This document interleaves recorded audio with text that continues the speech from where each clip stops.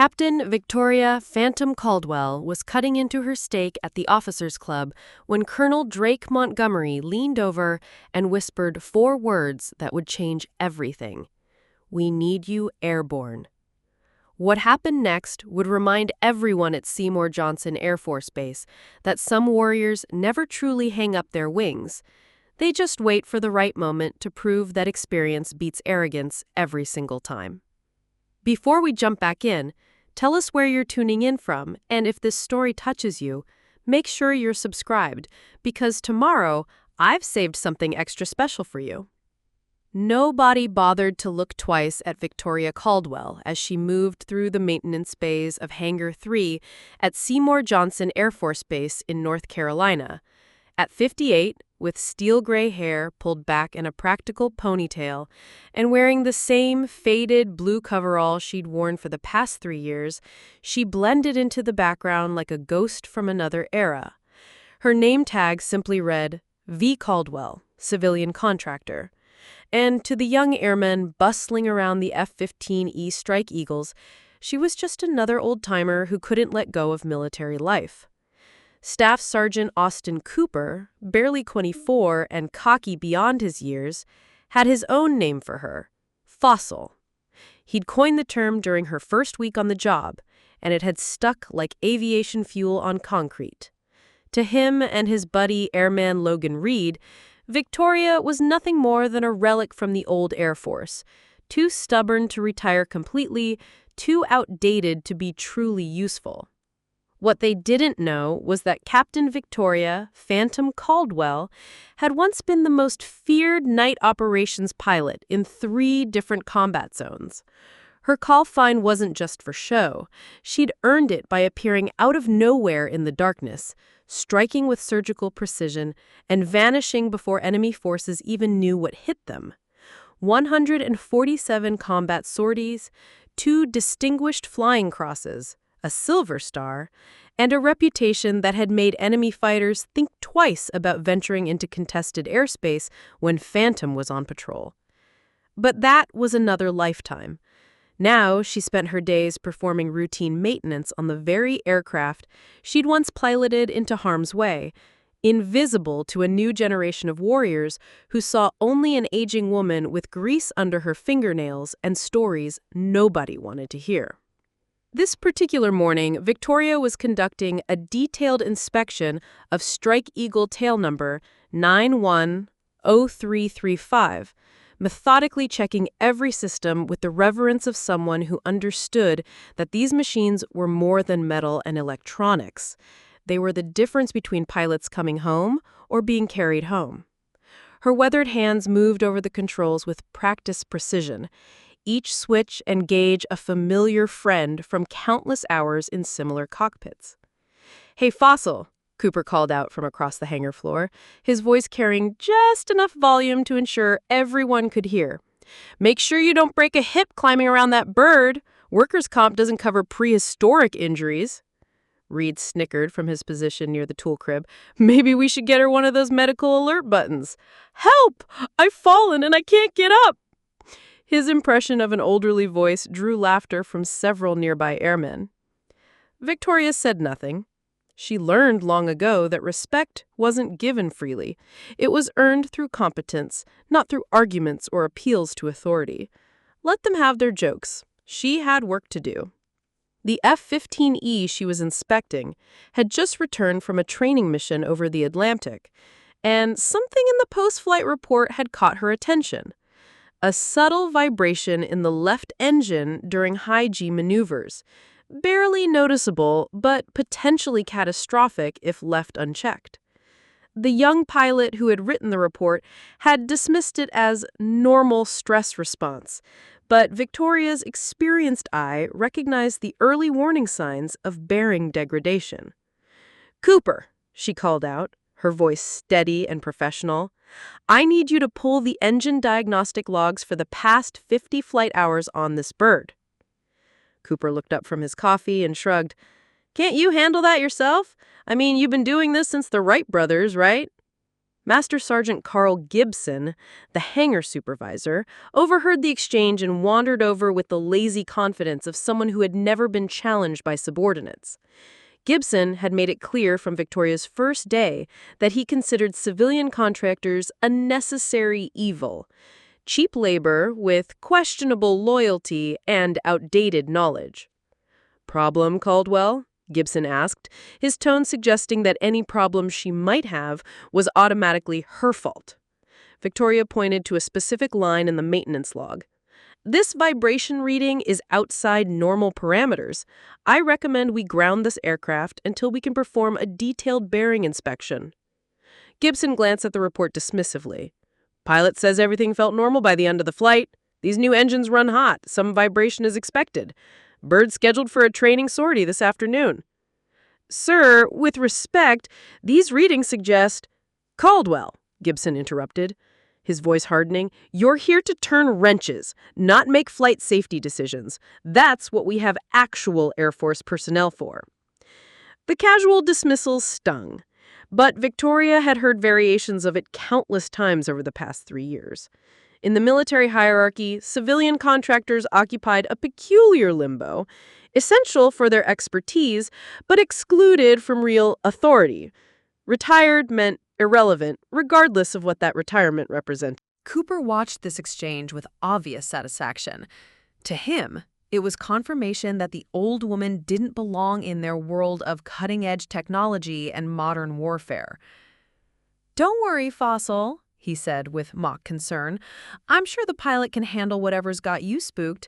These aren't the museum pieces you're used to working on." Victoria returned to her inspection, but every few minutes she found herself glancing at the diagnostic readings. 40 years of aviation experience had taught her to trust her instincts, and right now those instincts were screaming that something was wrong. The bearing signature was subtle but unmistakable, the kind of early failure indicator that separated veteran maintainers from those who learned from catastrophic accidents. As the morning progressed, the mockery continued. Cooper and Reed had turned harassment into performance art, timing their jokes to coincide with officer walkthroughs and maintenance briefings. Every task Victoria performed was met with commentary about her age, her civilian status, or her supposed inability to keep up with modern technology. "Hey, Fossil," Reed called out during the lunch break. "I heard they're looking for volunteers at the base museum. Seems like a perfect fit. You could talk about the good old days with people who actually care." The other airmen in the break room shifted uncomfortably. Most of them recognized Victoria's competence, even if they didn't understand her background. She worked with a precision and attention to detail that put many of them to shame, approaching each task with a methodical professionalism that spoke of serious training and experience. Technical Sergeant Nina Brooks, one of the few female mechanics in the hangar, had been watching these exchanges with growing discomfort. She'd tried several times to engage Victoria in conversation, sensing there was more to the quiet civilian contractor than met the eye. "Mrs. Caldwell," Sergeant Brooks said during the afternoon shift, approaching Victoria's work area, "I wanted to apologize for some of the guys. They can be real jerks sometimes." Victoria looked up from the avionics panel she was testing, surprised by the gesture. "Nothing I haven't handled before, Sergeant, but thank you." Brooks paused, studying Victoria's methodical approach to the complex electronics. "You really know these systems. Where did you learn all this?" For a moment, her hands stilled on her tools. The truth was complicated. Saying she'd flown these aircraft would invite questions she wasn't prepared to answer, skepticism she didn't want to deal with, and attention she'd spent 3 years avoiding. "You pick things up over the years," she said finally. Brooks wanted to ask more, but Gibson's voice echoed across the hangar. "Brooks! Don't you have your own assignments to worry about? Let Caldwell handle her own work." That evening, as the hangar emptied and the day shift headed home to families and weekend plans, Victoria remained behind. She often worked late, partly because the quiet allowed her to focus without distraction, and partly because going home to an empty apartment held little appeal.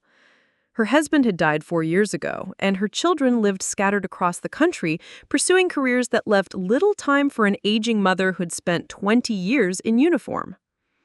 In the silence of the hangar, surrounded by the familiar shapes of military aircraft, Victoria allowed herself to remember what it felt like to be Phantom.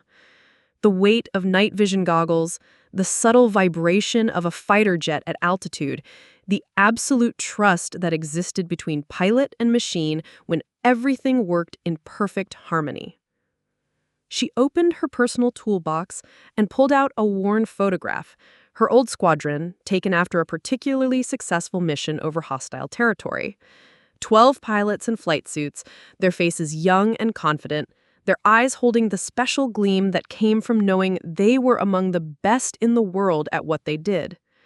She was in the center of the group, her arm around the shoulder of Lieutenant Colonel Quinn Barrett, her old wingman and closest friend. Quinn knew where she was, knew what she was doing.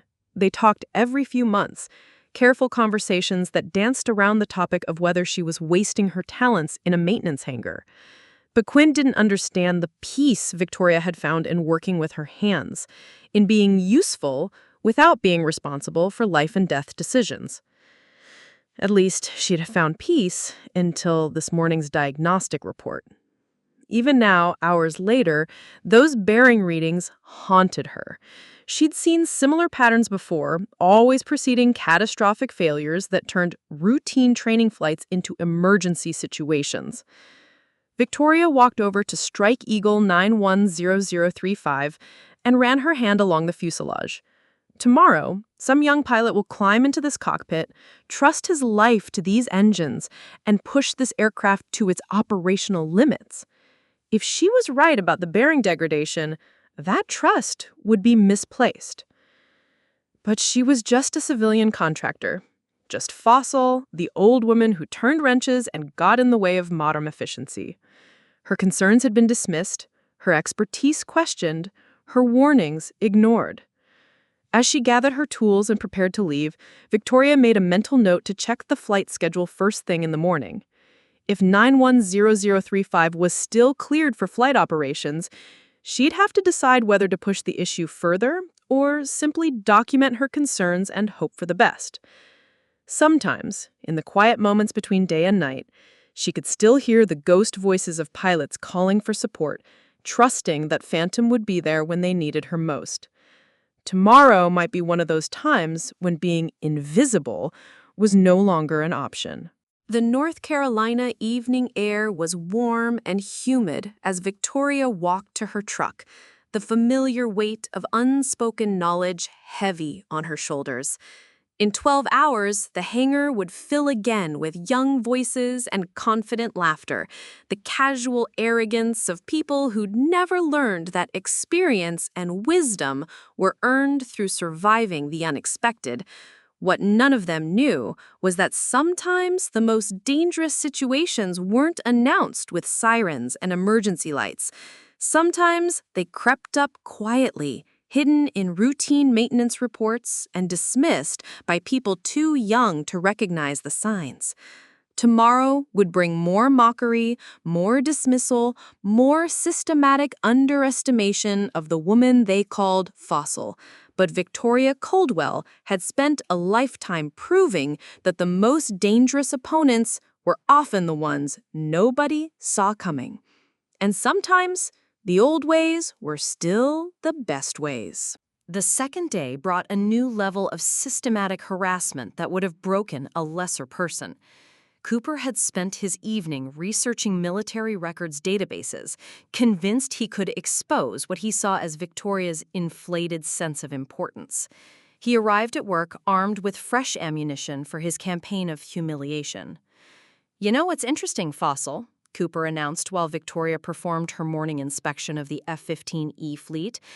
"I spent some time last night looking through pilot databases. Funny thing, I can't find any record of a female F-15 pilot named Caldwell from your supposed era." Victoria's hands never paused in their methodical work, but Technical Sergeant Brooks noticed a slight tightening around her eyes. Cooper was venturing into dangerous territory, but he was too young and too arrogant to recognize the warning signs. I mean, I get it, Cooper continued, his voice carrying across the hangar with deliberate volume. Everyone wants to be a war hero, right? Especially old-timers who probably spent their careers behind a desk somewhere. Nothing wrong with a little fantasy, I guess.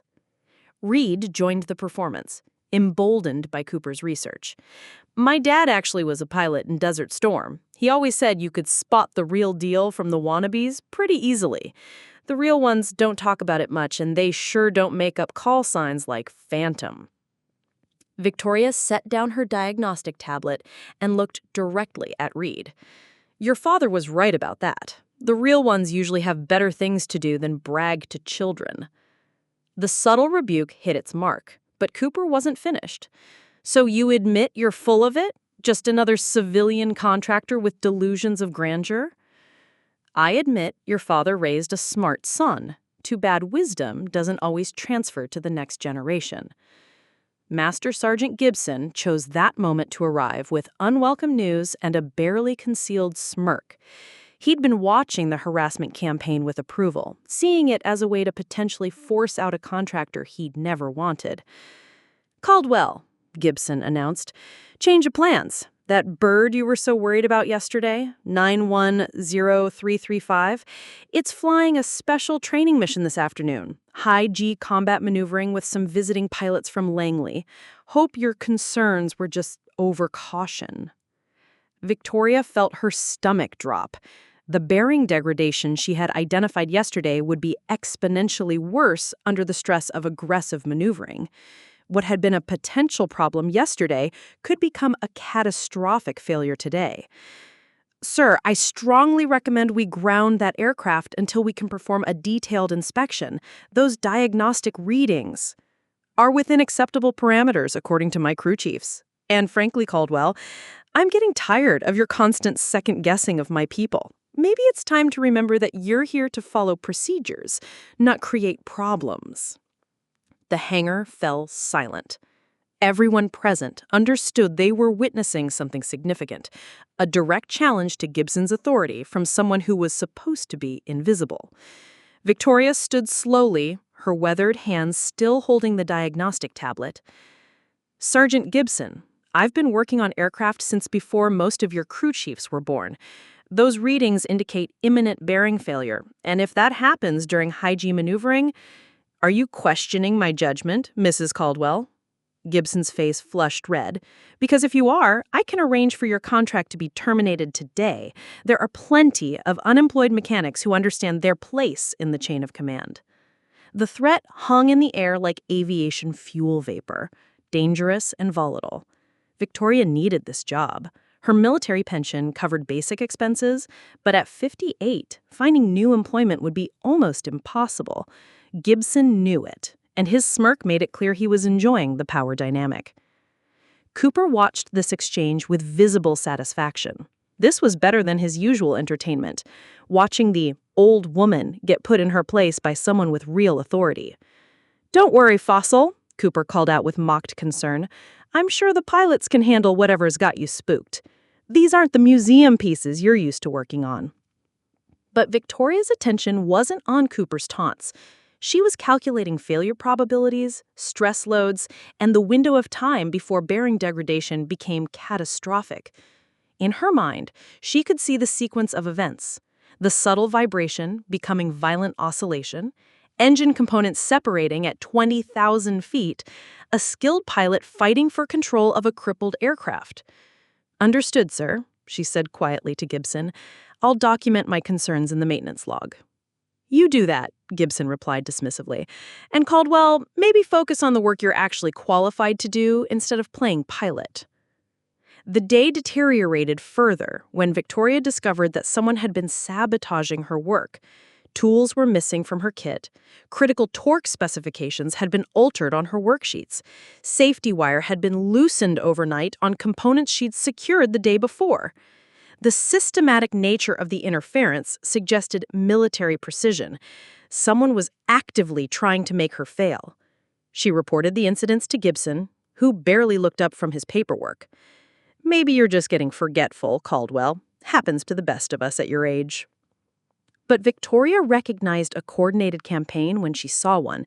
Someone wanted her gone badly enough to risk aircraft safety, and she had a pretty good idea who was behind it. During lunch, she overheard Cooper talking to a group of visiting personnel from another squadron. "Yeah, we've got this old lady who thinks she's some kind of Top Gun pilot. Claims she used to fly F-15s, if you can believe that. We've been having some fun with her." One of the visitors, a grizzled chief master sergeant with 30 years of service, frowned. "What's her name?" "Caldwell. Victoria Caldwell. Goes by some ridiculous call sign.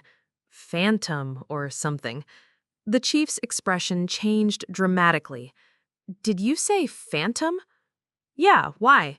You know her sob story?" But the chief master sergeant had already walked away, pulling out his phone with an urgency that Cooper couldn't understand. Something in the older NCO's reaction suggested that maybe, just maybe, Cooper had been playing with fire without realizing it. That afternoon brought the final insult. Gibson assigned Cooper to supervise Victoria's work, ostensibly to ensure quality control, but actually to maximize her humiliation. Every task she performed was met with nitpicking criticism and public correction. "Wrong approach, Fossil," Cooper announced, loud enough for everyone to hear. "That's not how we do things in the modern Air Force. Maybe you should retire from retirement." The breaking point came when Cooper deliberately knocked over Victoria's carefully organized toolkit, scattering precision instruments across the hangar floor. Some of the tools were her own, 40-year-old snap-on pieces that had been with her through her entire career. "Oops," Cooper said, without a trace of sincerity. "Better clean that up, Fossil. Wouldn't want anyone to trip over ancient history." Victoria knelt on the concrete floor, gathering her scattered tools, while Cooper stood over her, making jokes for his audience. This was more than disrespect. It was deliberate cruelty designed to break her spirit and force her resignation.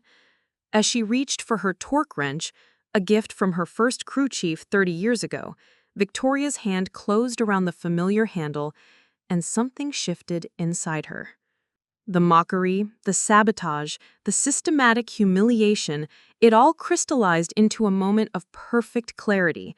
She'd spent 20 years protecting people who couldn't protect themselves.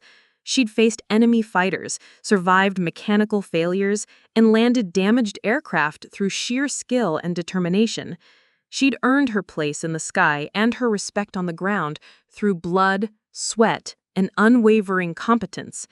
She would not be broken by a 24-year-old child who had never faced real adversity in his life. Rising slowly from the floor, Victoria met Cooper's smirking gaze with eyes that suddenly held decades of controlled violence. For just a moment, he saw something that made him take an involuntary step backward, the look of a predator that had been playing prey for too long. "Is there a problem, Staff Sergeant?" she asked, quietly. Cooper recovered his composure quickly, but the moment had been noticed by everyone present. "No problem, Fossil. Just hoping you can keep up with modern standards."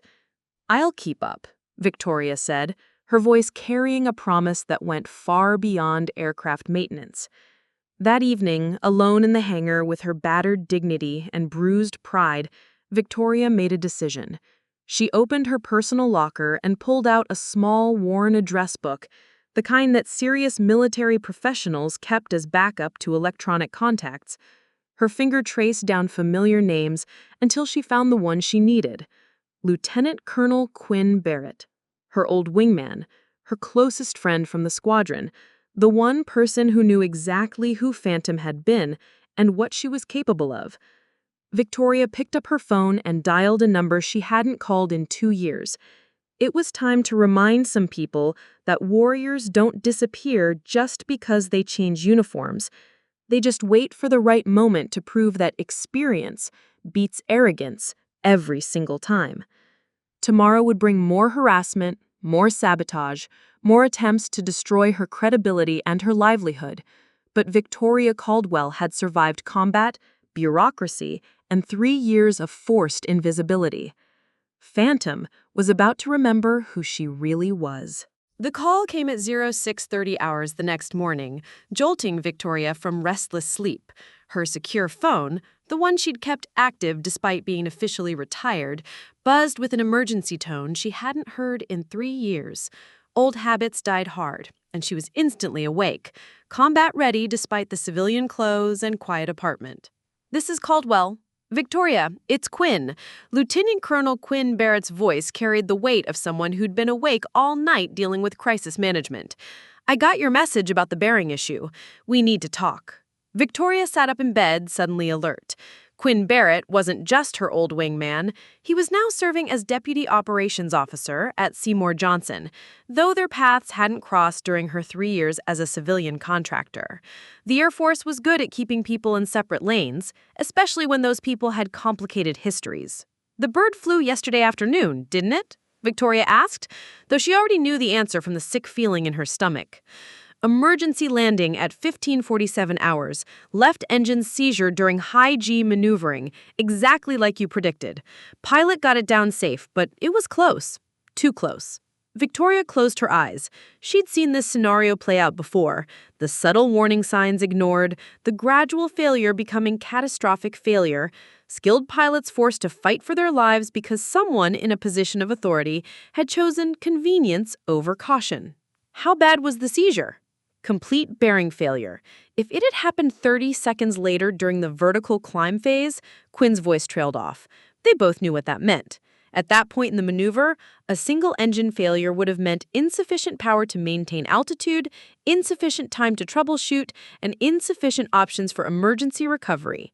The pilot, Captain Jessica Torres, 26 years old, 2 kids, husband deployed overseas. She's rattled but uninjured. "Victoria, if you hadn't documented those concerns in the maintenance log, we'd be planning a funeral instead of an investigation." Victoria felt the familiar weight of responsibility settling on her shoulders. This was why she'd stayed in aviation after retirement. Not for the glory or recognition, but for moments like this when experience and expertise could mean the difference between tragedy and close call. Who is running the investigation? That's complicated. Quinn's hesitation spoke volumes. Gibson is trying to control the narrative.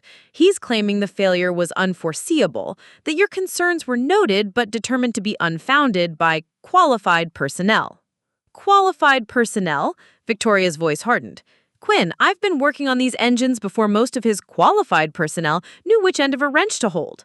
"I know that. You know that. But on paper, you're a civilian contractor with maintenance experience. Gibson has crew chiefs with current certifications backing his assessment." Victoria understood the politics immediately. In the military's institutional hierarchy, current credentials trumped actual experience every time. It didn't matter that she'd personally witnessed dozens of similar failures, or that her diagnostic skills had been honed by 20 years of keeping aircraft operational in combat zones. What mattered was what looked good in official reports, and who could be held accountable if things went wrong. So what happens now? There's going to be a formal review board this afternoon. Gibson wants to use this as justification for tightening contractor oversight, basically making sure civilian personnel stick to basic maintenance and leave the real decisions to active duty Air Force. Victoria could see the bigger picture forming. Her accurate prediction would be spun as an embarrassing reminder of institutional failure, and the solution would be to further marginalize the very expertise that had prevented disaster. It was bureaucratic thinking at its worst. Respond to success by ensuring it couldn't happen again. "Quinn, I need you to do something for me." "Name it." "Tonight is the monthly Officers Club dinner, right? The one where you get those visiting commanders from Langley and Pentagon brass?" "Yeah, it's a joint training evaluation thing." "Why?" Victoria was quiet for a moment, calculating risks and opportunities. "I want to be there. Not as a contractor. Not as a maintenance worker. I want to be there as Captain Victoria Caldwell, retired." "Victoria," Quinn's voice carried a warning. "You've kept a low profile for 3 years. Going public now, especially after this incident, it could blow up in ways we can't predict." "It's going to blow up anyway.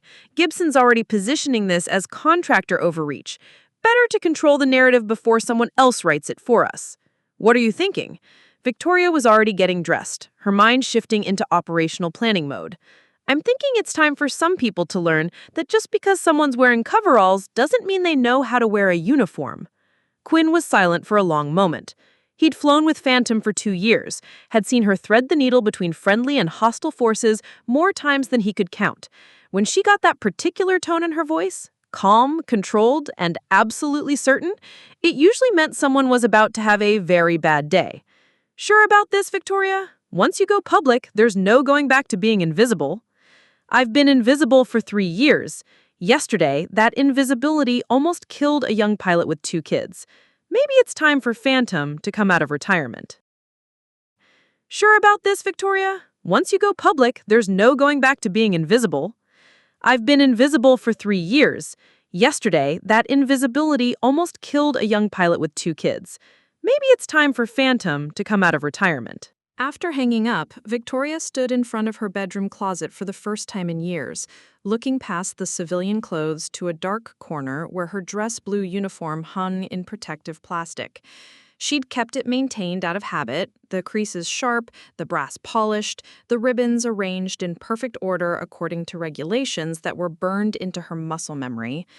The uniform represented 20 years of her life: academy graduation, pilot training, first solo flight, first combat mission, first kill, first time she'd brought a damaged aircraft home with wounded aboard.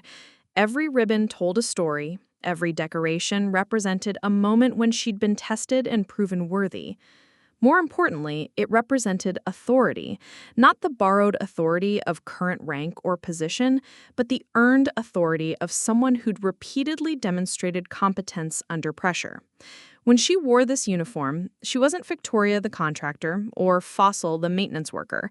She was Captain Victoria Phantom Caldwell, and it was time for some people to learn the difference between a curious and a formidable target. The rest of the day passed in careful preparation. Victoria made discreet phone calls to old contacts, confirming details that hadn't been declassified, checking facts that would be crucial if questions were asked. She reviewed technical specifications for the F-15E's engine bearing assemblies, refreshed herself on current maintenance protocols, and prepared for what amounted to a professional resurrection. Cooper and Reed spent their shift gloating about the previous day's engine failure, spinning it as vindication of their assessment that Fossil was a troublemaker who created problems where none existed. They had no idea that their target was preparing to demonstrate exactly how wrong they'd been about everything. "I heard Gibson's going to use this as justification for getting rid of some of the contractor deadweight," Cooper announced during the afternoon briefing. "About time we cleaned house and got some people who understand their place." Technical Sergeant Brooks watched these exchanges with growing unease. She'd been thinking about Victoria's reaction to the engine failure. Not satisfaction at being right, but genuine concern for the pilot's safety. That wasn't the response of someone seeking attention or validation. It was the response of someone who understood the real consequences of mechanical failure. As the day shift ended, Victoria made her final preparations. She'd requested personally for the evening, something that raised eyebrows since she'd never taken time off for social events. But tonight wouldn't be social. Tonight, Phantom was going to dinner. And some people were about to learn that the most dangerous opponents were often the ones nobody saw coming. The North Carolina sunset painted the sky in shades of orange and red as Victoria drove toward the officers' club, her dress blues hanging in the back seat like a loaded weapon waiting to be deployed. By tomorrow morning, everyone at Seymour Johnson Air Force Base would know exactly who she was and what she was capable of. The question was whether they'd learned the lesson before or after someone got hurt. The Seymour Johnson Officers Club buzzed with the controlled energy of a formal military dinner. Pentagon brass, visiting commanders from Langley, and local squadron leadership filled the dining room with the kind of professional networking that kept careers moving and operations funded. White tablecloths, crystal glasses, and the subtle clink of silverware created an atmosphere of refined military tradition. Victoria sat alone at a corner table, having arrived early to claim a position with clear sightlines to the entire room. She wore a simple black dress, professional but unremarkable, the kind of outfit that would help her blend into the civilian contractor background where she'd lived for 3 years. Her plan was to observe, listen, and wait for the right moment to make her presence known. What she hadn't anticipated was how much the familiar environment would affect her. The sound of military voices discussing operations, the sight of uniforms she'd once worn with pride, the casual confidence of people who belonged to something larger than themselves. It all brought back memories of who she used to be. At the head table, she spotted General Thomas Fletcher, the base commander, deep in conversation with Colonel Drake Montgomery, the visiting evaluator from Air Combat Command. Montgomery's reputation preceded him, a no-nonsense combat veteran who'd made his name in Iraq and Afghanistan, someone who valued substance over politics and results over appearances. Gibson sat 3 tables away, holding court with his maintenance supervisors and looking pleased with himself. Word had spread about his successful handling of the contractor oversight situation, and several officers had congratulated him on maintaining proper chain of command despite civilian interference. Cooper and Reed weren't present. Enlisted personnel didn't attend officer functions, but their influence lingered in the conversations Victoria overheard. Stories about problematic contractors who overstepped their authority, about the importance of maintaining proper military hierarchy, about the dangers of letting civilian personnel make decisions above their pay grade. The issue, Gibson was explaining to a group of visiting maintenance officers, is that these retired military contractors sometimes forget they're not in uniform anymore. They think their old experience gives them current authority, which creates confusion in the chain of command. Victoria sipped her wine and listened to her professional competence being systematically dismantled by someone who'd never worked on an aircraft engine in his life. Gibson was building a narrative that would protect his career while ensuring that no contractor would ever again challenge his authority, regardless of their expertise. "We had a situation just yesterday," Gibson continued, warming to his theme. "Civilian contractor tried to ground an F-15E based on diagnostic readings that were well within acceptable parameters. When we properly evaluated the situation using current military personnel and modern procedures, we determined the aircraft was fully mission capable." "And the outcome of that mission?" Gibson's confidence wavered slightly. "The mission was completed successfully, sir. The aircraft returned to base as scheduled." Victoria stood up slowly, every eye in the room turning toward her. The moment of truth had arrived, but not in the way she'd planned. Instead of controlling the narrative, she was about to respond to lies being told about her professional competence in front of the most senior military leadership on the base. "General Fletcher, Colonel Montgomery," she said, her voice carrying across the silent room with the clarity of someone accustomed to being heard in crisis situations. "I believe Sergeant Gibson is referring to me." Gibson's face flushed red. "Ma'am, this is a private military function. Civilian contractors aren't authorized to attend," Victoria finished calmly. "You're absolutely right, Sergeant, which is why I'm not here as a civilian contractor." She walked deliberately toward the head table, every step measured and purposeful. The room remained silent, sensing they were witnessing something significant, but not yet understanding what. "Colonel Montgomery, you mentioned the importance of utilizing experienced military personnel. I couldn't agree more. Which is why I think you should know that the outdated experience Sergeant Gibson just dismissed prevented the death of Captain Jessica Torres yesterday afternoon." Montgomery leaned forward slightly. "Explain." "The F-15E that Sergeant Gibson claims returned successfully yesterday actually suffered complete engine bearing failure during high-G maneuvering, exactly as I predicted in my maintenance report.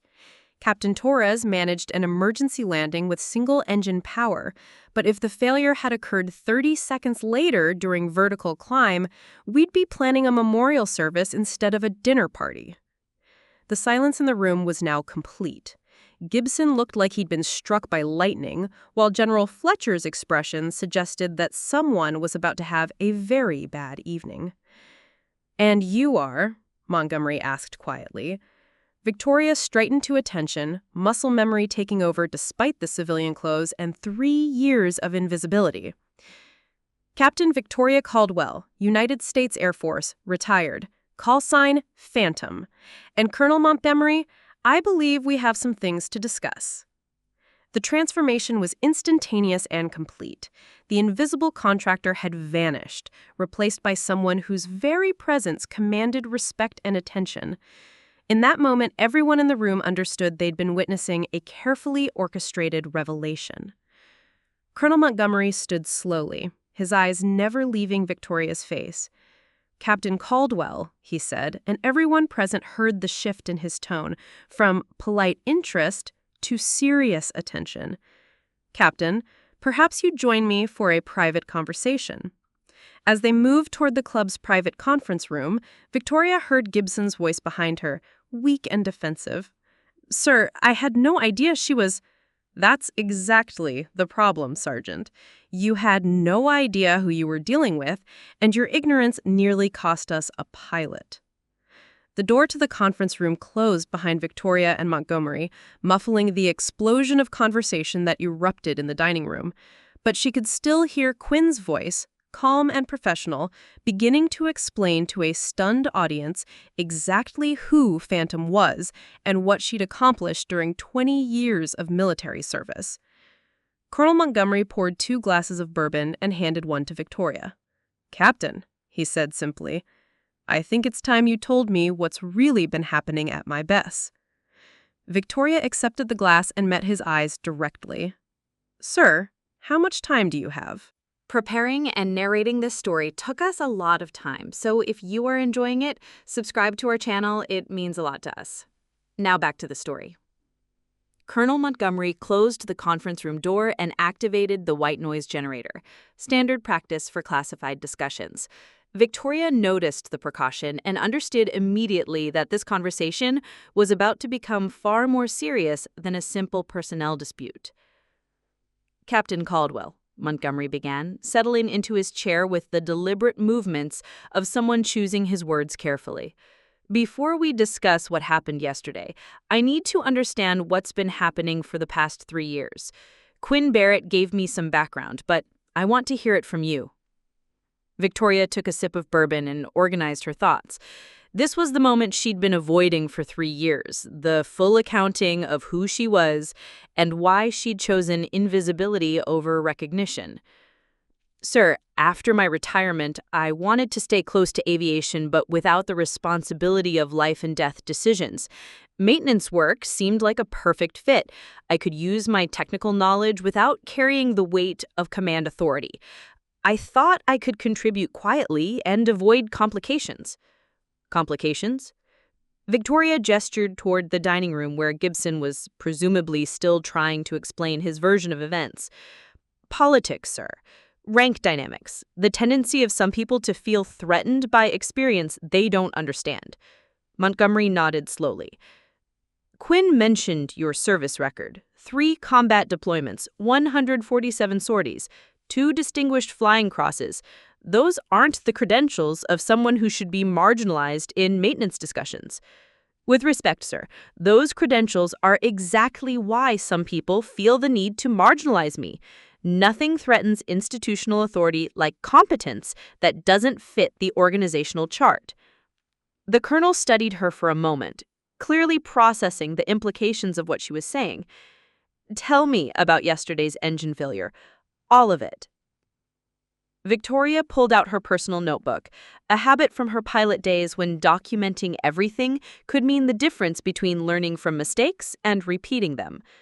Tuesday morning, I identified bearing degradation signatures in the diagnostic data for tail number 910335.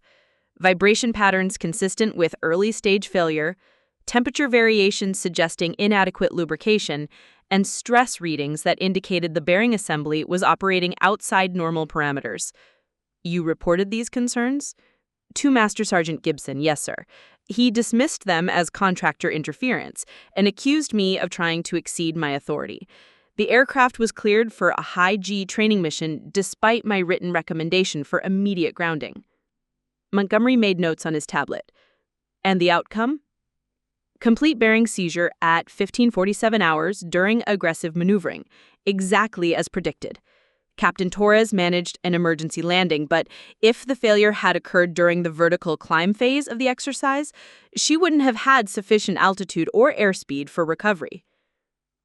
Torres is one of our best young pilots, Montgomery said quietly. 2 kids, husband deployed to Qatar. If something had happened to her...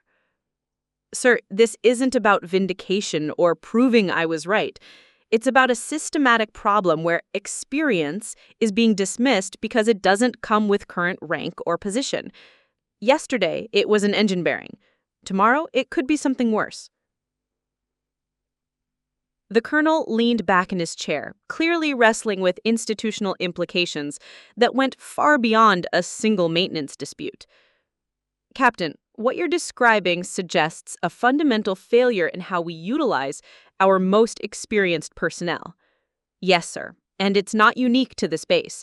Across the Air Force, we're pushing out people with decades of experience and replacing them with younger personnel who may be technically qualified, but lack the judgment that comes from actually seeing these failures in real-world conditions. Before Montgomery could respond, his secure phone buzzed with an emergency tone that made both of them instantly alert. Military professionals learn to recognize different emergency signals, and this one meant immediate crisis requiring senior leadership attention. Montgomery here, the colonel answered, his voice shifting into command mode. Victoria could hear the urgency in the voice on the other end, though she couldn't make out specific words. Montgomery's expression grew increasingly grim as he listened, occasionally asking sharp questions about timelines, aircraft availability, and personnel readiness. Understood, Montgomery said finally. I'll be in the command center in 5 minutes. He ended the call and looked directly at Victoria, his expression suggesting that their conversation was about to take an unexpected turn. Captain, I'm about to ask you something that goes well beyond personnel disputes and maintenance procedures. Victoria felt a familiar tightness in her stomach, the sensation that always preceded combat missions or emergency responses. Sir?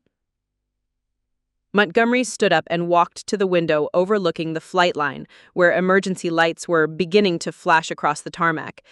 We have American forces under attack in eastern Syria. Special Operations Team, 12 personnel, completely surrounded by hostile forces. They need immediate close air support, but our nearest assets are committed to other operations. Sir, what about the F-15Es here at Seymour Johnson? That's the problem. Our most experienced pilots are at Red Flag in Nevada, 2 others are on emergency leave, and the remaining pilots, Montgomery paused, clearly struggling with what he was about to say. They're qualified for air-to-air operations, but none of them have significant experience with precision, close air support in urban environments. Not the kind of surgical strikes needed when friendly forces are danger close to civilian populations. Victoria understood immediately where this was heading, and her pulse began to accelerate despite 3 years of civilian routine. Colonel, what are you asking? Montgomery turned from the window and faced her directly. I'm asking if Captain Victoria Phantom Caldwell is ready to stop hiding behind coveralls and remember what it means to be a combat pilot. The room fell silent, except for the distant sound of aircraft engines spinning up on the flight line. Victoria could feel 20 years of military training warring with 3 years of deliberate anonymity, the comfortable safety of maintenance work clashing with the absolute certainty that American soldiers were going to die if someone didn't act. Sir, I haven't flown combat missions in 3 years. Currency requirements, medical clearance, updated threat briefings. Captain, Montgomery interrupted, his voice carrying the weight of command authority. I've got 12 Special Forces operators who are going to be overrun in approximately 4 hours if they don't get air support. My pilots are brave and competent, but they don't have your experience with precision strikes in complex urban environments. Lives are on the line, and I need someone who's done this before. Victoria felt the familiar sensation of time slowing down, the way it always did when critical decisions had to be made under pressure. She could see the broader picture forming, the political ramifications, the career implications, the absolute certainty that stepping back into uniform would end for 3 years of comfortable invisibility forever. But she could also see something else. 12 American soldiers in a foreign country, surrounded by enemies, trusting that their Air Force would find a way to bring them home alive. Colonel Montgomery leaned forward and spoke 4 words that would change everything. "We need you airborne." The transformation was instantaneous. The maintenance worker who'd spent 3 years being mocked and marginalized vanished, replaced by someone whose very presence filled the room with competence and authority. Phantom had been activated, and everyone was about to remember why experience mattered more than rank. Victoria set down her bourbon glass and stood at attention. "Sir, what's the timeline for mission launch?" The command center at Seymour Johnson had transformed into a hub of controlled urgency by the time Victoria and Colonel Montgomery arrived. Multiple screens displayed real-time intelligence feeds from eastern Syria, while communications specialists maintained contact with the surrounded Special Forces team. The familiar chaos of combat operations planning filled the room with an energy that Victoria hadn't felt in 3 years. "Phantom 6, this is Reaper Base," came the desperate voice over the tactical radio.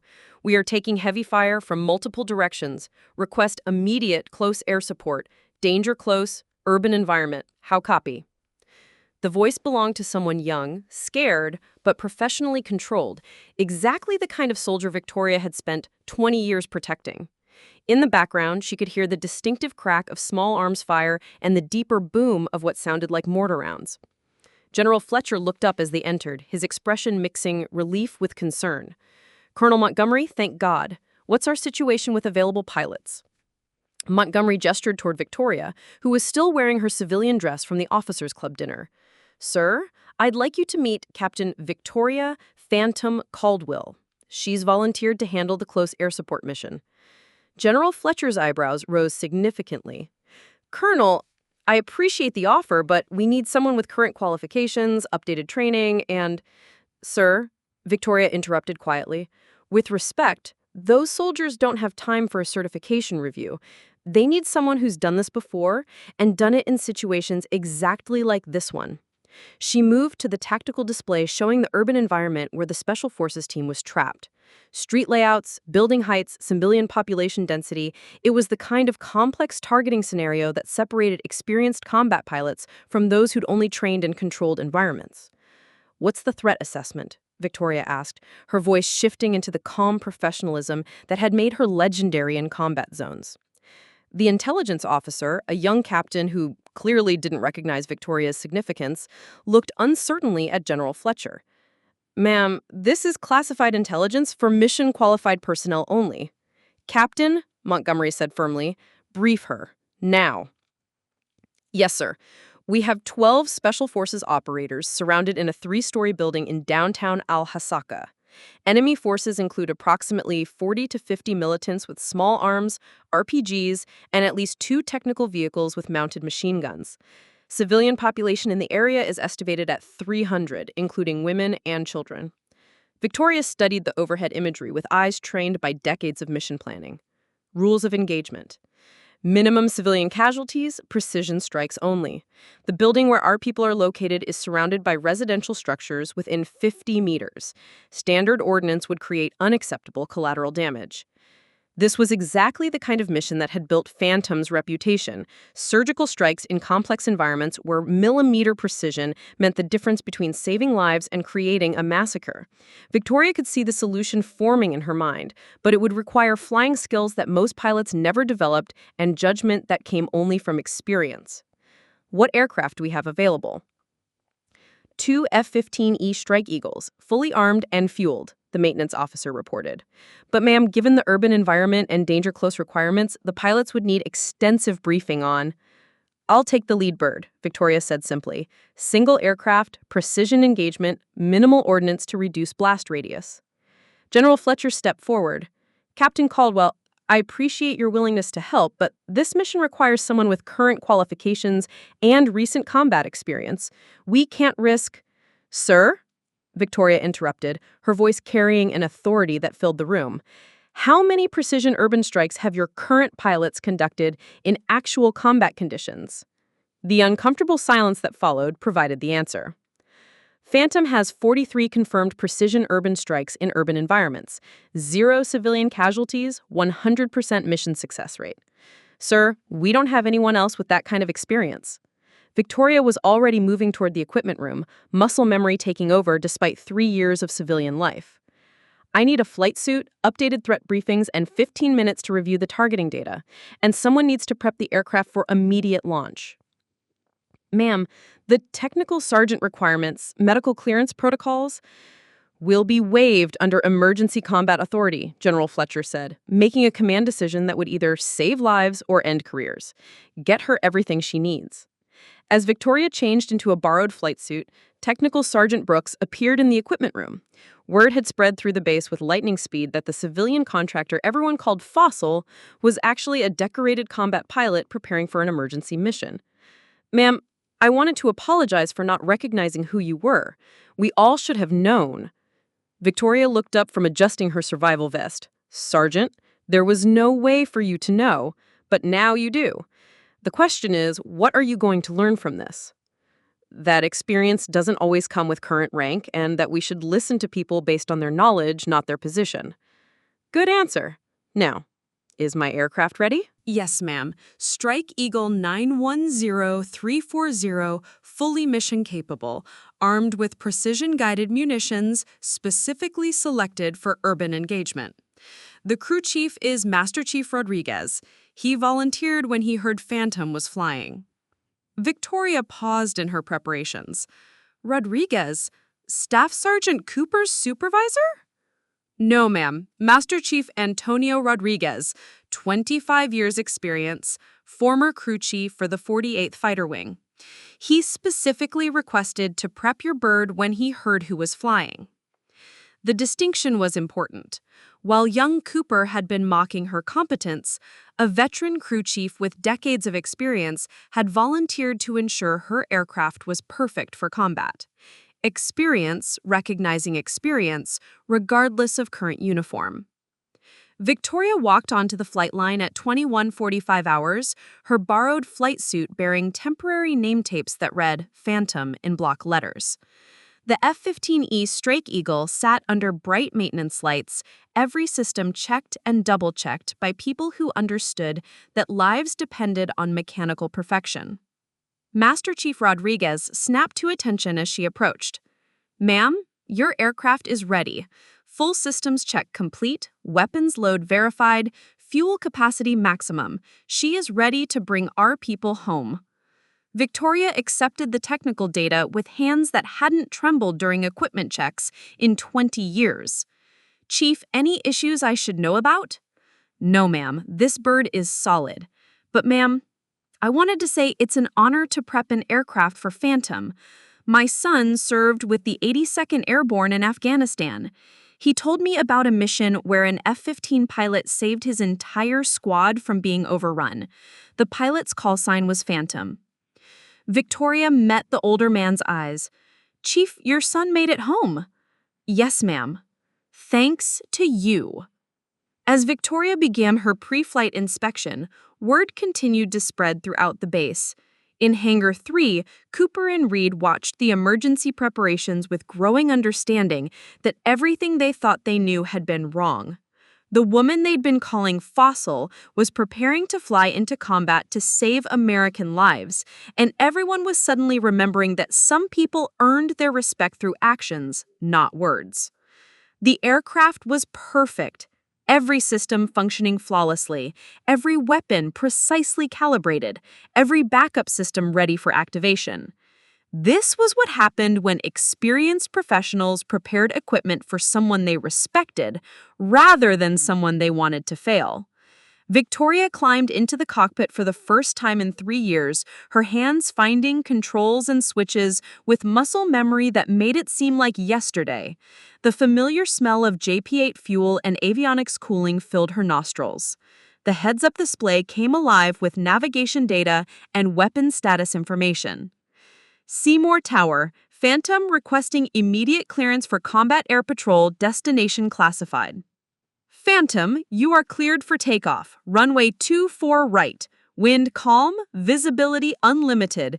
Bring them home, Colonel. The twin engines spooled up with their distinctive whine, and Victoria felt the aircraft strain against its brakes like a thoroughbred eager for the race. Behind her, the base erupted in activity as everyone who'd underestimated her suddenly understood they were watching history unfold. As she released the brakes and began her takeoff roll, Victoria allowed herself a small smile.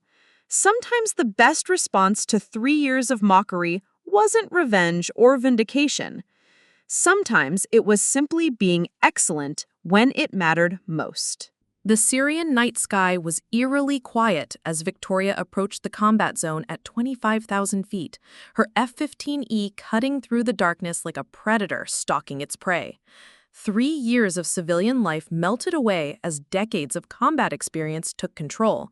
Her hands moved across the controls with mechanical precision, while her mind processed threats, calculated trajectories, and planned engagement sequences with the cold efficiency that had made Phantom legendary.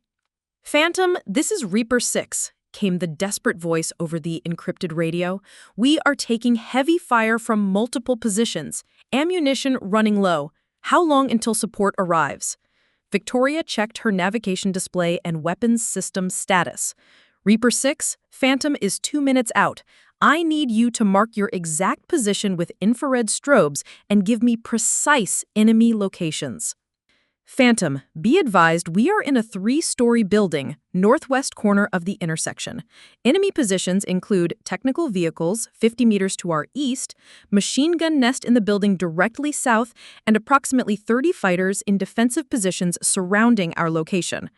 Victoria's eyes scanned the heads-up display as the targeting pod began painting the urban landscape below with infrared imagery. The scene was exactly as briefed, a complex urban environment where standard air-to-ground tactics would create massive civilian casualties. This required surgical precision, the kind of flying that separated legends from qualified pilots. "Reaper 6, I have visual on your strobes. Confirm civilians in surrounding buildings." "Affirmative, Phantom. Residential area, families with children. We need precision strikes only. Anything else creates a massacre." Victoria decreased altitude and began her first pass, using night vision and thermal imaging to identify targets while calculating engagement angles that would minimize collateral damage. The technical vehicles were her primary threat, mounted machine guns that could cut down the Special Forces team if they attempted to move. But the vehicles were positioned between civilian buildings, requiring strikes from specific angles to avoid blast damage to innocent families. "Reaper 6, Phantom beginning attack run. Keep your heads down." Her first target was the Eastern Technical Vehicle. Victoria rolled inverted and pulled the Strike Eagle into a steep diving attack, lining up a shot that would take the vehicle from an angle that directed the blast away from the residential building behind it. The precision-guided munition released cleanly, and she pulled up hard as the explosion lit up the night sky. "Direct hit, Phantom. Eastern vehicle eliminated." But the enemy wasn't giving up. Small arms fire erupted from multiple positions as fighters realized they were under attack from the air. Green tracer rounds streaked past Victoria's aircraft as she maneuvered for her next engagement. Surface-to-air missiles weren't a threat in this urban environment, but concentrated small arms fire could still damage critical systems if she wasn't careful. "Phantom, second technical vehicle is moving position, trying to get a better firing angle on our building." Victoria banked hard left and acquired the moving target through her targeting pod. This shot was more complex. The vehicle was weaving between buildings using civilian structures as cover while trying to maintain line of sight to the trapped Americans. She had perhaps 10 seconds before the vehicle reached a position where it could devastate the Special Forces team. Rolling into another attack dive, Victoria calculated lead angles and blast patterns with computer-like precision. The guided munition streaked downward and detonated just as the technical vehicle cleared a building corner, eliminating the threat without damaging the nearby mosque or residential structures. "Outstanding, Phantom! Both vehicles down." But the most dangerous targets remained. The machine gun nest in the building south of the trapped Americans and the scattered fighters who were now concentrating their fire on anyone who moved near the windows. These targets required even more precision, since they were within 50 meters of civilian families who had no way to evacuate the combat zone. Reaper 6, I need you to mark the machine gun position with a laser designator. I'm going to put a precision strike right through their window. Phantom, that's a hell of a shot. The building is 40 meters from our position with civilians in the floors above and below the target. Reaper 6, trust me, I've done this before. Victoria lined up her approach for what pilots called a surgeon's strike, a precision-guided munition delivered with such accuracy that it could eliminate a specific room without damaging adjacent areas. The margin for error was essentially zero. A miscalculation of even a few feet would kill innocent civilians or the American soldiers she was trying to save. The laser designation appeared on her targeting system, and Victoria adjusted her approach angle to ensure the munition would enter the building at precisely the right trajectory. She held her breath and released the weapon, watching through her targeting pod as it guided directly into the machine gun position with surgical accuracy. The explosion was smaller than her previous strikes, designed to eliminate the threat without bringing down the building. Through her thermal imaging, she could see the machine gun nest had been destroyed while the floors above and below remained intact. Reaper 6, that was incredible. Machine gun eliminated, building structure intact. But Victoria's work wasn't finished. Her thermal imaging showed approximately 20 fighters still positioned around the building, maintaining the siege, even after losing their heavy weapons. These targets required a different approach, close air support that would break the enemy's will to fight without endangering civilians. Reaper 6, I'm going to make some low passes to scatter the remaining fighters. When I give you the signal, move to your extraction point. Victoria dropped to 500 feet and began a series of high-speed passes over the enemy positions.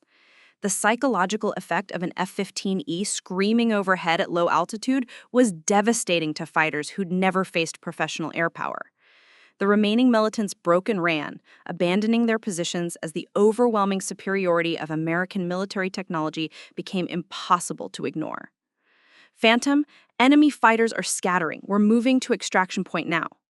Roger, Reaper 6. Extraction team is inbound. ETA 5 minutes. I'll maintain overwatch until you're clear. As Victoria circled the urban area, she watched through her targeting pod as the Special Forces team moved quickly through the streets toward their extraction point. The precision of her strikes had eliminated the primary threats while leaving the civilian infrastructure largely intact. Families who'd been trapped in their homes during the firefight were already beginning to emerge, unharmed by the surgical military action that had saved both American lives and civilian lives. Phantom, this is Reaper 6, all personnel accounted for, moving to extraction. I don't know who you are, but that was the finest display of precision air support I have ever seen. Victoria smiled inside her helmet as she maintained overwatch until the extraction helicopters arrived. The Special Forces team loaded quickly and efficiently, and within minutes they were airborne and heading to safety. Phantom, this is Reaper 6 Airborne. Mission complete. All personnel safe. Thank you for bringing us home.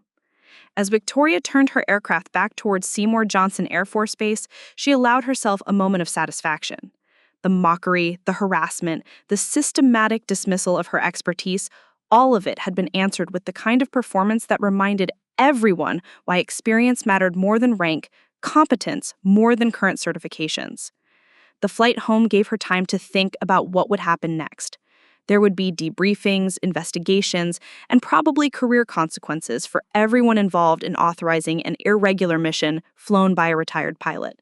But 12 American soldiers were alive who might not have been without her intervention. Sometimes that was all that mattered. The Syrian desert faded behind her as Victoria headed home, carrying with her the knowledge that Phantom wasn't just a call sign from the past. It was a promise that some warriors never truly retire. They just wait for the moment when their skills are needed most. Tonight had been that moment, and everyone was about to learn that the most dangerous pilots were often the ones nobody saw coming. The North Carolina dawn broke over Seymour Johnson Air Force Base as Victoria's F-15E touched down on runway 24 right with the gentle precision of someone who'd been landing combat aircraft for 20 years. Emergency vehicles flanked the runway, standard procedure for returning combat missions, But the real reception waited in the growing crowd of personnel gathered at the flight line. Word had spread throughout the base during her 4-hour mission. The civilian contractor that Staff Sergeant Cooper had been calling Fossil for 3 years had just completed a surgical strike mission that saved 12 American lives in one of the most complex urban combat environments imaginable. The maintenance crews, pilots, and support personnel who dismissed her as an aging relic were now watching a masterclass in precision combat flying. Master Chief Rodriguez was the first to reach her aircraft as the engines spooled down, his weathered face showing a mixture of pride and vindication. Behind him, Victoria could see faces she recognized from 3 years of being invisible. Technical Sergeant Brooks, who'd always shown her respect, several pilots who'd never bothered to learn her name, and in the back, Cooper and Reed, both looking like they'd seen a ghost. "Ma'am," Rodriguez said as Victoria climbed down from the cockpit, "perfect mission. 12 souls coming home because of what you did tonight." Victoria pulled off her helmet, her gray hair disheveled, but her eyes carrying the calm satisfaction of someone who'd just done exactly what she was trained to do. "Chief, it was a team effort. That aircraft performed flawlessly." General Fletcher approached with Colonel Montgomery and a small group of senior officers, their expressions mixing professional respect with something approaching awe.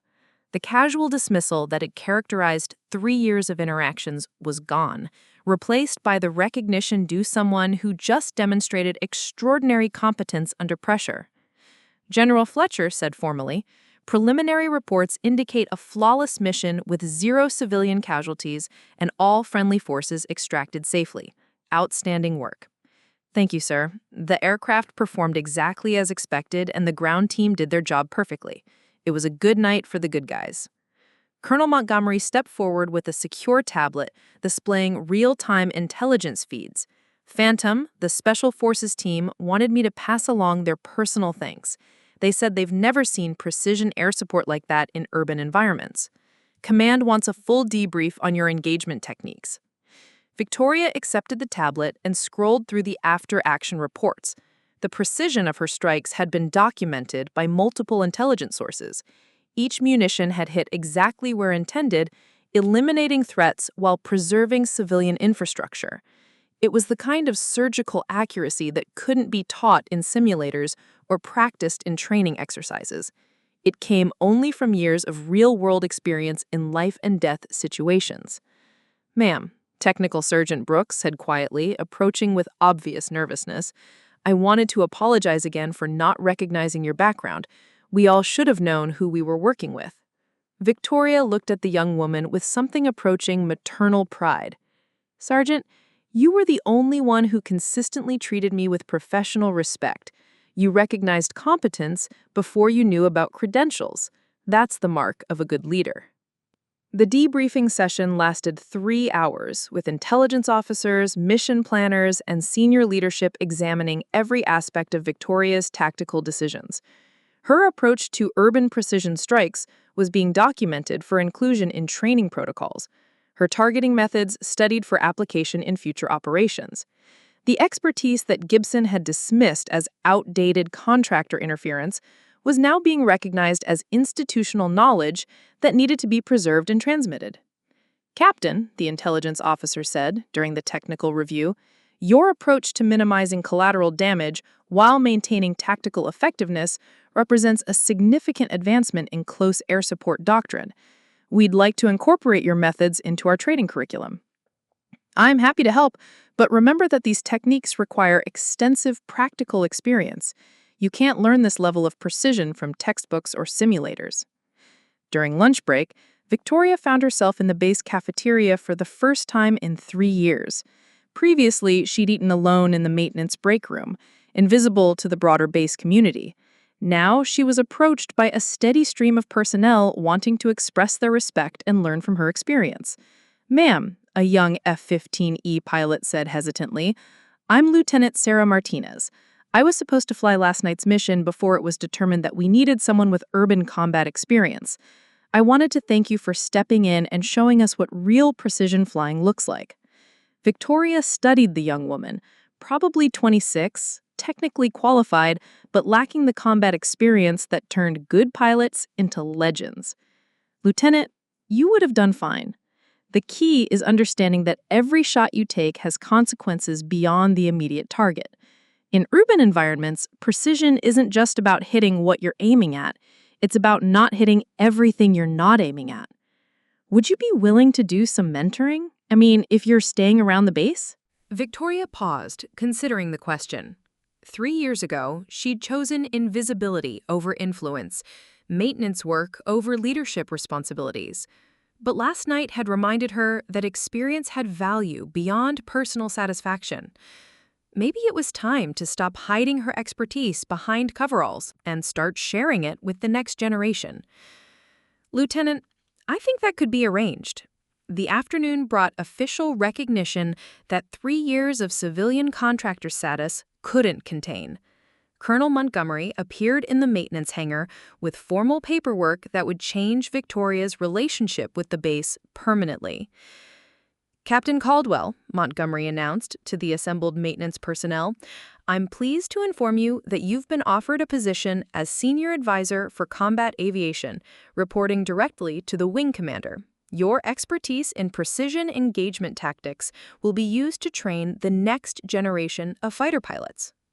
The maintenance crew erupted in applause, the same people who'd tolerated her presence for 3 years, now understanding they'd been working alongside someone extraordinary. Cooper and Reed stood at the back of the group, their earlier mockery replaced by obvious discomfort and growing realization of how badly they'd misjudged her. Master Sergeant Gibson was notably absent from the celebration. Word had circulated that his handling of the engine-bearing incident, combined with his systematic dismissal of Victoria's expertise, had resulted in a formal investigation and likely reassignment. The man who'd spent 3 years undermining her credibility was discovering that institutional authority meant nothing when confronted with demonstrated competence. Ma'am, I wanted to apologize for how I treated you. I was wrong about everything, and I'm sorry. Victoria looked at the young man who'd spent 3 years calling her fossil, seeing not an enemy, but someone who'd learned an important lesson about respect and humility. Sergeant Cooper, apologies are nice, but what matters is what you learned. Will you remember this when you're supervising other people? Yes, ma'am. I promise I will. Good. Because leadership isn't about being right all the time. It's about being smart enough to recognize when someone else knows more than you do. As the day shift ended, Victoria stood in Hangar 3 for what might be the last time as a civilian contractor. Tomorrow, she'd return as senior advisor, wearing a uniform again, carrying the authority that came with official recognition of her expertise. The invisibility that had protected her for 3 years was ending, replaced by the responsibility to ensure that other experienced professionals weren't marginalized because of age, appearance, or unconventional career paths. Technical Sergeant Brooks approached as Victoria gathered her personal tools. Ma'am, what you did last night, what you've been doing here for 3 years, it's changed how we think about experience and respect. Victoria smiled, looking around the hangar where she'd spent countless hours being overlooked and underestimated. Sergeant, the most important thing you can learn from this is that competence doesn't always come with current rank. Sometimes the most valuable people are the ones working quietly in the background, waiting for their chance to prove their worth. And sometimes, Brooks said with obvious respect, those people turn out to be legends. As Victoria walked toward her truck for the last time as a civilian contractor, she reflected on the journey from invisibility to recognition. 3 years of mockery had been answered with 1 night of excellence, proving that some skills never rust, some knowledge never expires, and some warriors never truly retire. They just wait for the moment when their expertise is needed most. Tomorrow would bring new responsibilities, new challenges, and the opportunity to ensure that institutional knowledge was preserved and respected. But tonight, she could drive home knowing that 12 American soldiers were alive because experience had triumphed over arrogance and competence had overcome prejudice. Sometimes that was all the vindication anyone needed. 6 months later, Senior Advisor Victoria Caldwell walked through the halls of Seymour Johnson Air Force Base with the quiet confidence of someone who'd found her place in the world again. The transformation wasn't just in her official title or the respect she now commanded, it was in the fundamental culture of how the base treated experience and expertise, regardless of where it came from. The morning briefing room buzzed with activity as Victoria entered for the weekly training evaluation meeting.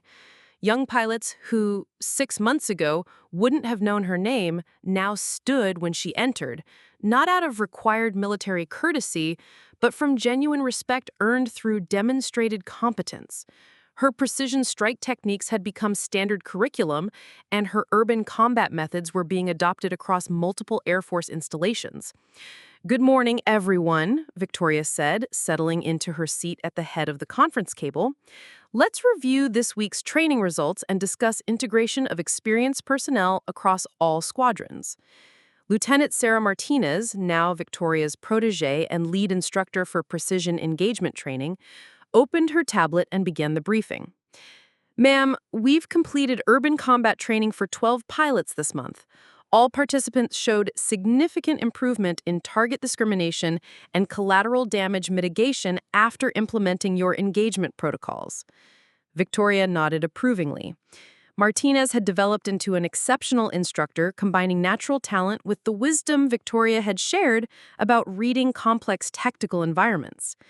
The mentoring relationship had proven beneficial for both women. Martinez gained decades of combat knowledge, while Victoria rediscovered the satisfaction of developing the next generation of warriors. "Any challenges or concerns?" "One issue, ma'am. We've identified several retired personnel working in contractor positions who appear to have extensive military backgrounds that aren't being utilized, similar to your situation before last year's revelation." Victoria leaned forward with interest. This was exactly the kind of institutional blindness she'd been working to address since accepting her current position. Specific examples? Technical Sergeant Brooks has identified a civilian mechanic in Hangar 7 who seems to have advanced knowledge of avionics systems, but he's only being used for basic maintenance. A food service contractor who apparently has extensive logistics experience from military service, even a custodial worker who might have intelligence background based on some comments he's made about overseas operations. Recommendations. Martinez consulted her notes. Formal review of all contractor personnel to identify unused expertise, development of protocols for utilizing experienced veterans regardless of current position, and creation of pathways for transitioning qualified contractors into advisory roles when appropriate. Victoria smiled at the comprehensive approach her former protege had developed.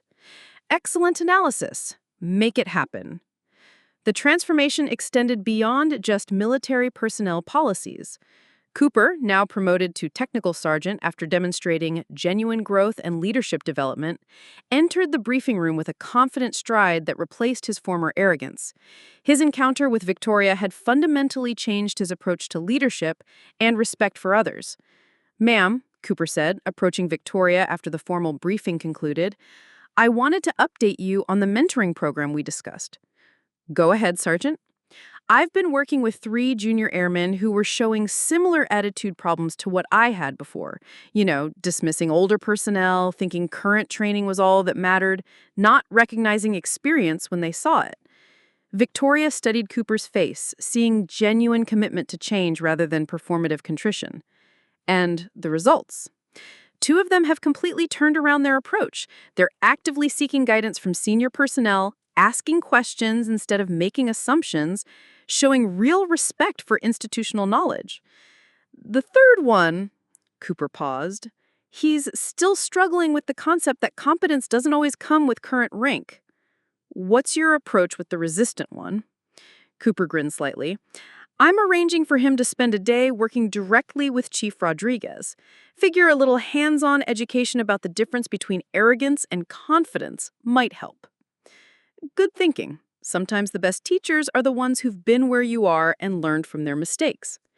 The conversation was interrupted by Colonel Montgomery's arrival, carrying a folder marked with the distinctive red stripes that indicated classified material requiring senior review. His expression suggested this wasn't a routine administrative matter. "Phantom, we need to talk privately," Montgomery said, his tone indicating official business that couldn't wait for scheduled meetings. Victoria followed him to the secure conference room where, exactly 6 months ago, she'd made the decision to step back into uniform and accept combat responsibilities. The room looked the same, but the dynamic had changed completely. She was no longer a reluctant civilian being asked to help, but an integral part of the base's leadership structure. "What's the situation, Colonel?" Montgomery activated the white noise generator and opened the classified folder. "We've got a developing situation in the South China Sea, multiple American assets in potential danger, complex maritime environment, need for precision air support that goes beyond standard capabilities." Victoria felt the familiar tightness in her stomach that always preceded significant operations. How complex? Civilian shipping traffic, multiple national territories, potential for international incident if we're not surgical in our approach. Sound familiar? It sounded exactly like the kind of mission that had made Phantom legendary. High stakes, complex environment, requiring the kind of judgment that came only from extensive real-world experience. Victoria understood immediately why Montgomery was briefing her personally rather than going through normal operational channels. Timeline? Potentially within the next 72 hours. Question is, are you ready to do this again? Victoria considered the question seriously. 6 months ago, she'd been forced back into combat by emergency circumstances and personal conviction. This time, she was being offered a choice: return to the dangerous world of precision combat operations or remain in her comfortable advisory role where she could influence operations without personal risk. "Colonel, what's the threat assessment for pilot survival if this goes wrong?" "Significant. We're talking about operations in disputed territorial waters with multiple hostile forces and limited extraction options. This isn't like Syria, where we had clear operational authority and friendly ground support." Victoria stood and walked to the window overlooking the flight line, where F-15E Strike Eagles were conducting routine training operations. Young pilots learning the skills they might need if diplomacy failed and combat became necessary. Students she'd trained, carrying techniques she'd developed, preparing for scenarios she'd survived. "Sir, 6 months ago you asked me 4 words that changed everything. We need you airborne. I responded because American lives were at stake, and I had skills others didn't. Has that situation changed? No, it hasn't. If anything, the complexity of modern conflicts means we need your expertise more than ever." Victoria turned from the window and faced Montgomery directly. "Then the answer is the same as it was 6 months ago. When do we brief the mission?" Montgomery smiled with visible relief. 0600 tomorrow. And Phantom? This time, you won't be flying alone. We're assembling a full precision engagement team trained in your methods.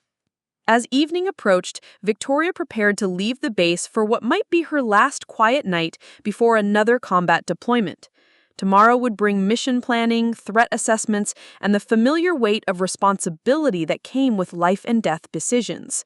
But tonight, she could drive home knowing that the culture of dismissal and disrespect had been replaced by recognition and utilization of experience.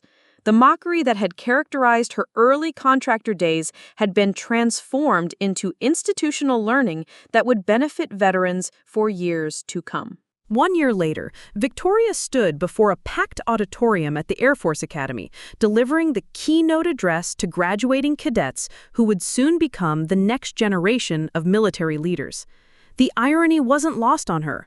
The woman who'd spent 3 years invisible in coveralls was now speaking to future officers about leadership, respect, and the importance of recognizing expertise wherever it was found. "Ladies and gentlemen," Victoria began, her voice carrying easily through the auditorium, I want to tell you about a staff sergeant named Austin Cooper, who taught me one of the most important lessons of my career, though he didn't know he was teaching it at the time. The audience leaned forward with interest. Victoria had become something of a legend in military circles, not just for her precision combat flying, but for the institutional changes her story had inspired across all branches of the armed forces. Sergeant Cooper spent 3 years calling me fossil because I was an older woman working in aircraft maintenance. He assumed that my age and civilian contractor status meant I had nothing valuable to contribute to military operations. He was wrong, but his mistake taught me something crucial about leadership and respect. Victoria clicked to her first slide, showing a photograph of the Syrian rescue mission that had changed everything. The night I flew this mission, Sergeant Cooper learned that competence doesn't always come with current rank, and that experience can't be measured by someone's appearance or position on an organizational chart. But more importantly, I learned that his disrespect wasn't really about me. It was about an institutional culture that had taught him to value credentials over capability. The cadets listened intently as Victoria walked them through the transformation that had occurred at Seymour Johnson and was now being replicated across the military. Her story had become a case study in leadership schools, a reminder that the most valuable resources were often hiding in plain sight. Today, Sergeant Cooper, now Master Sergeant Cooper, runs a mentoring program that has eliminated disrespectful treatment of experienced personnel at his base. He learned from his mistakes and became a better leader because of them. That's what real growth looks like. Victoria advanced to her next slide, showing statistics that had emerged from the military-wide review of contractor and civilian personnel her experience had triggered. In the past year, we've identified over 3,000 veterans working in contractor positions whose expertise wasn't being utilized. Former Special Forces operators working as security guards, retired pilots doing basic maintenance, intelligence specialists employed as administrative assistants. The military was paying for their labor while ignoring their knowledge. She paused to let that sink in. How many operational advantages did we miss? How many problems could we have solved? How many lives could we have saved if we'd simply asked better questions about the people working alongside us? The transformation had been remarkable. Across all military installations, new protocols now required assessment of contractor backgrounds and integration of relevant expertise into operations. Veterans who'd been marginalized because of age or appearance were being recognized and utilized appropriately.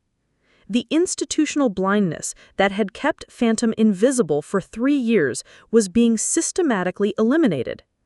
But this isn't just about military efficiency. It's about fundamental respect for human dignity and the value of experience. When we dismiss people based on appearances or assumptions, we don't just waste their potential, we diminish ourselves as leaders and as an institution. Victoria clicked to a photograph showing her current team, a diverse group of advisors, instructors, and specialists drawn from across the spectrum of military experience. Lieutenant Martinez, now a captain, stood next to Master Sergeant Cooper, both representing the kind of growth that came from learning to value expertise over ego. The young woman in this photo, Captain Martinez, is now one of our finest precision engagement instructors. She learned advanced combat techniques not from textbooks or simulators, but from someone willing to share decades of real-world experience. The man next to her, Master Sergeant Cooper, transformed from someone who mocked experienced personnel into someone who actively seeks out and develops their potential. Victoria advanced to her final slide, showing mission success statistics from bases that had implemented the new personnel utilization protocols. The results speak for themselves. Mission success rates are up, training effectiveness has improved, and we're solving problems faster because we're finally using all available expertise.